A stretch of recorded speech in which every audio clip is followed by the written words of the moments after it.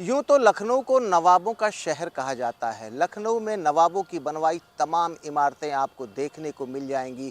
लेकिन आज आपको हम लखनऊ में एक ऐसी जगह पर लेके आए हैं जो नवाबों की नहीं, मुग़ल दौर की इमारत है। इस इमारत का इतिहास क्या है और किस लिए इसका निर्माण हुआ था, वो सब कुछ हम आपको बताएंगे। आदाब, नमस्कार दोस्तों, मैं हूँ आसिफ़ और आपका स्वागत है हिस्टोरिक आसिफ़ चैनल में। हम आपको दिखाने लाए हैं शेख अब्दुल रहीम का मकबरा, जो अवध के पहले गवर्नर हुआ करते थे। आपके सामने एक ये मकबरा नज़र आ रहा होगा, चौकोर मकबरा है। अगर इसकी बनावट देखें तो कितनी शानदार नज़र आ रही है। यही है शेख अब्दुल रहीम का मकबरा, जो अवध के पहले गवर्नर हुआ करते थे। हम उनके इतिहास में जाएं, उससे पहले इस मकबरे की वास्तुकला के बारे में आपको बताना चाहते हैं। देखें, ऊंचे एक चौकोर प्लेटफार्म पर यह मकबरा बना हुआ है और उसको सपोर्ट के लिए 6-6 स्तंभ चारों तरफ बनाए गए हैं। अगर हम करीब से इसकी नक्काशी दिखाएं आपको, पत्थर का ये पिलर है और उसके ऊपर कितनी शानदार तरीके से ये फूल की डिज़ाइन को उकेरा गया है। इसी तरह के 6 स्तंभ आपको लाइन से नज़र आ जाएंगे। इसके नीचे जो ब्रैकेट बनी हुई है वो भी पत्थरों की है और पत्थर के ऊपर देखें कितनी शानदार तरीके से डिज़ाइनों को उकेरा गया है, वो देखते ही बनती है।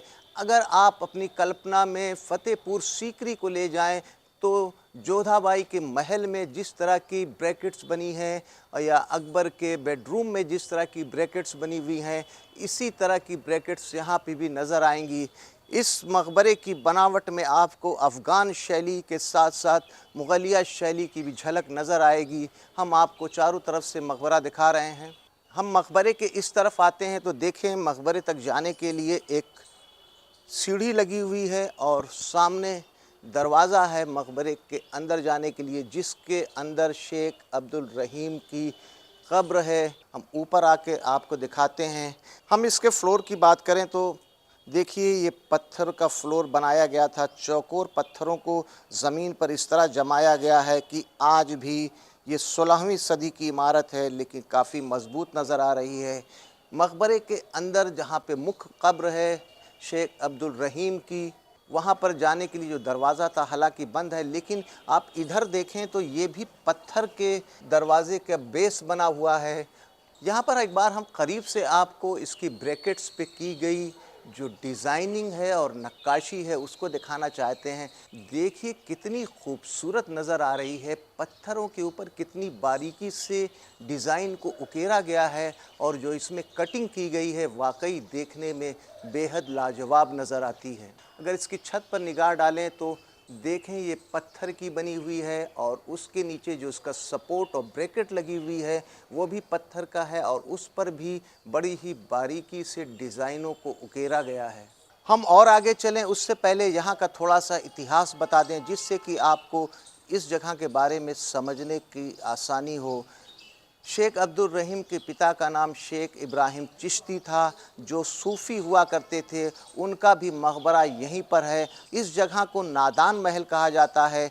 उसकी वजह थी शेख इब्राहिम चिश्ती जो एक सूफ़ी हुआ करते थे और उनसे लोग अपनी समस्याओं का, अपनी परेशानियों का निदान कराने के लिए आते थे। वक्त गुज़रने के साथ साथ निदान से इस जगह का नाम नादान महल पड़ गया और उनके मकबरे के बारे में हम फिर किसी अगले वीडियो में जानकारी देंगे। लेकिन आप अगर निगाहों को अपनी लेकर जाएं तो देखें, यहाँ पर कई कब्र आपको नज़र आ रही होगी।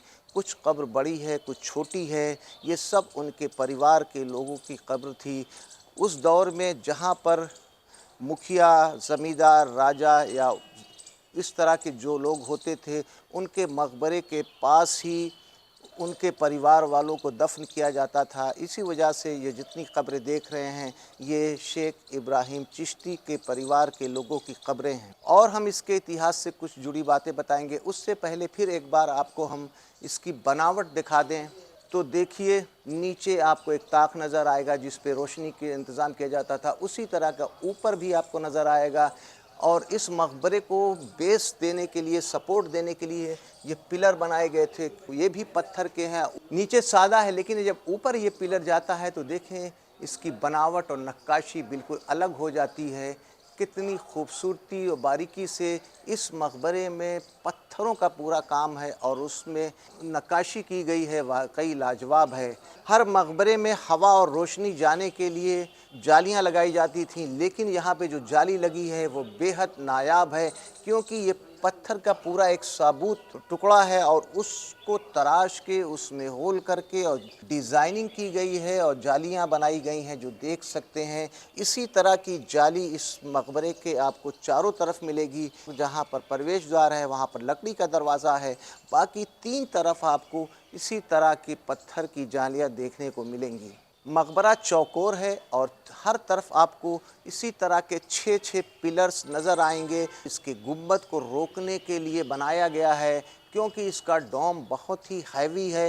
वो किस शैली का बना है वो हम आपको अभी आगे चल के दिखाएंगे, लेकिन अगर हम इधर आते हैं तो देखें ऐसी ही बनावट चारों तरफ नज़र आएगी। हम दूसरे तरफ चलते हैं और आपको इस मकबरे से जुड़ी कुछ अहम जानकारियाँ देते हैं। हम आपकी निगाहों को इसके डोम यानी गुंबद की तरफ ले जाना चाहते हैं। अगर आप गुंबद को ज़रा गौर से देखें तो इसकी बनावट बिल्कुल अंडाकार जैसी नज़र आएगी। इसके ऊपर हालांकि कलश जो था इसका वो टूट गया है। इस गुंबद में जो इस्तेमाल हुआ है वो चूने का मसाला और ईंटें लगी हुई हैं। कहीं कहीं इसका प्लास्टर उखड़ गया है तो ईंटें आपको झांकती हुई नज़र आ जाएंगी। अगर आप गुंबद के नीचे जो ब्रैकेट बना है उस पर निगाह लेकर जाएं तो देखेंगे आपको नीली और पीली टाइल्स नज़र आ रही है। हालांकि उसकी रंगत अब ख़त्म होती जा रही है। लोधियों के दौर में आप जितने भी मकबरे देखेंगे या इमारत देखेंगे उसमें नीली पीली टाइल्सों का और कलर का इस्तेमाल किया जाता था। लेकिन जो नीचे का हिस्सा है, एक बार फिर से मैं याद करा दूं, इसमें मुग़लिया शैली की पूरी छाप नज़र आती है, क्योंकि 1590 तक मुग़लिया शैली धीरे धीरे भारत में पांव पसार रही थी, क्योंकि तब तक फ़ारस से काफ़ी कारीगर मुग़लों ने बुलाया था। वो अपनी कला को भारतीय कला के साथ मिश्रित करके तमाम इमारतों को बना रहे थे। अगर हम आपको सामने दिखाएं तो एक और आपको बारादरी जैसा नज़र आएगा। इसके अंदर भी कई कब्रें हैं, वो हम पास चल के देखते हैं और उसके पीछे क्या राज छुपा है वो जानने की कोशिश करते हैं। देखिए, ये भी एक ऊंचे प्लेटफार्म पे बना हुआ बारादरी है और यहाँ पर भी पत्थरों के ऊपर कितनी शानदार फूल की डिज़ाइन को उकेरा गया है जो आप देख सकते हैं। उसके नीचे भी काफ़ी खूबसूरती से इसके बेस को तराश के बनाया गया है।